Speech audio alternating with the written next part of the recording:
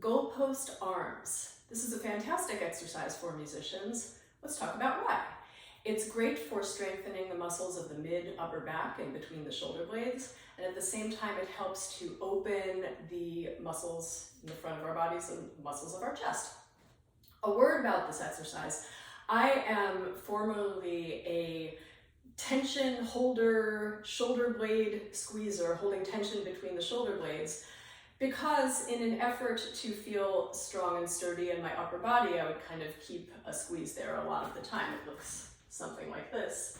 And if you try that, if you hold a squeeze between your shoulder blades and then try to move your arms around, you might notice that it's hard in that case to get a full range of motion in your arms. So while we do absolutely want to strengthen the muscles between the blades, we also want to be able to differentiate when we're having a little bit of a squeeze there and when we feel width there. So this is an exercise that can help us figure that out in our bodies.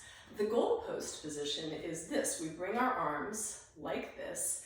A couple things about the positioning. We want the upper arm to be situated a little bit forward of our shoulder to start, and the forearms to be vertical. From there, the exercises are just little pulses, little pressing back. So it's a little pulse, pulse, pulse. I'll show you from the side, it's a little pulse. So in this case, we are squeezing the shoulder blades, but just as important is the squeeze here, is the release here. So little pulses, I do maybe 8 to 10 of those. And by strengthening that area between the shoulder blades, you're giving yourself this openness through the chest. Something to note is that you might notice that the two sides act a little bit differently. So for me, my left arm really wants to do this.